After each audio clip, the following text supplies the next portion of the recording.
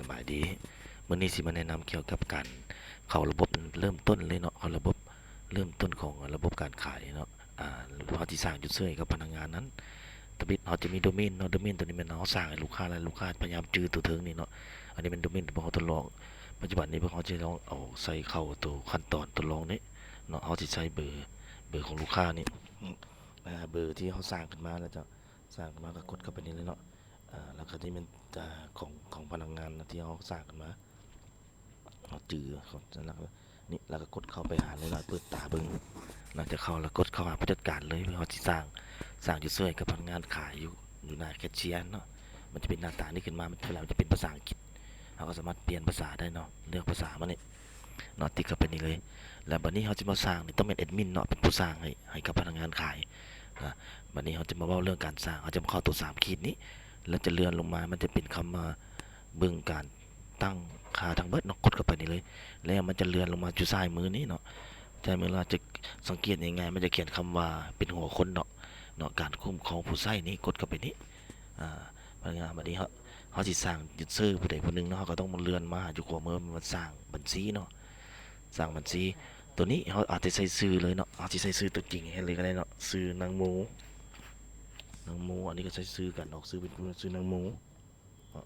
อันนี้เบอร์โทรนี่ใส่ของผู้ที่ใส่ก็ได้ของใครก็ได้แล้วแต่เนาะตอนนี้เราที่ใส่ทดลองมึงใส่ไปตามธรรมดานี่แหละ8ตัวเลข2 4 6 7 8 2 2นี่หลังจากนั้นเนาะก็มาใส่พาสเวิร์ดนี่เขาอาจจะใส่ตัวทั้งหน้าเป็นตัว M เนาะเปิดตานี่เปิดตาขึ้นมาเนาะอาจจะใส่เป็น M เนี่ยสัญลักษณ์ว่ามันแล้วก็ใส่1 2 3 4 5 6 7ก็ได้แล้วแต่แล้วก็A at เนาะA at นี่แล้ว copy มันเลยก็ได้อันก่อนที่บ่ได้ A น้อยก็ต้องเอา A ใหญ่เนาะเราสิเข้าลงกับมึงอันนี้ก็มีแต่บันทึกแล้วก็เลือกพาราบทบาทให้เราว่าเป็นผู้ขายตัวนี้ภาษาเวียดยังบ่เปลี่ยนเนาะเอาที่เสนอเป็นเปลี่ยนอยู่กดไปนี่หน้าการนี้เราอนุญาตเราบ่บึงข้อมูลสรุปผลิตภัณฑ์แล้วทำธุรกรรมคู่หัวมือได้อันนั้นเราบ่อนุญาตเราก็บ่ต้องให้เราเบิ่งเนาะอันนี้แล้วแต่เราแต่จะให้ลองอะไรเราเบิ่งก่อนเนาะเบิ่งแก้ไขธุรกรรมเนาะบทบาทนี้ในตอนท้ายของมือเดือนเรามีเหตุอย่างผิดพลาดมาเนาะเราเรื่องแล้วกับสามารถปลดออกได้มีแต่เอาบันทึกไปเลยแล้วมันก็จะแลหน้าตาตัวนี้ถือว่าสำเร็จเนาะเลขบัญชีบรรทัดสำเร็จแล้วก็ถือว่าได้หน้าตาตัวนี้วันนี้เขาจะไปเข้าตัวขายแล้วเนาะอันนี้เป็นตัวยูเซอร์เขาจะกดเข้าตัวกดออกเลยกดออกจากระบบเลยแล้วจะมาเข้าหน้าตาของเขาสร้างยูเซอร์เราคลินิกนางโมนี้เนาะใส่ตัวโมเนาะนางโมนี้พาสเวิร์ดเราเมนเอ็มใหญ่เนาะ1 2 3 4 5 6 7 6 7บ่จริง6 7เนาะแล้วก็แอดนี้เข้ามาเลยเข้ามาตัวขายตัวนี้เราเข้าไปแล้วก็เข้าไม่ได้เนาะหน้าตาขายจะเป็นตัวสิหน้าตาของเราก็จะเข้าไม่ได้หลายฟังก์ชันเราก็จะบ่มีหลายเนาะกดเข้าไปหน้าตาเริ่มต้นยูเซอร์ใหม่แล้วดิเนาะกลับไปเริ่มต้นนี้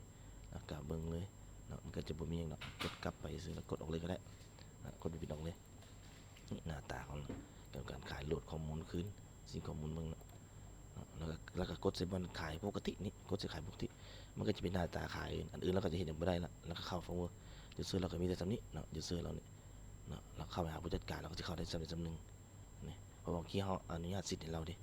อนุญาตสิทธิ์ตัวเกี่ยวกับการเข้าอันนี้ซื้อมีแต่ไปเปลี่ยนติ๊กตัวบน2ตัวนั้นออกเมืองก็ได้หรือว่าบนแน่ใจไปกดแก้ไขอันนี้บางอันเนี่ยในเปอร์เซ็นต์ภาษีเนาะที่ว่า10% 3%เนี่ยเราแต่ยกเว้นภาษีบ่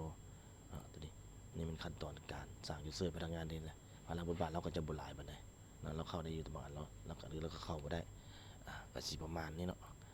หน้าตาขายของเรานะโอเคลองไปสร้างเบิ่งนะตัวเนี้ย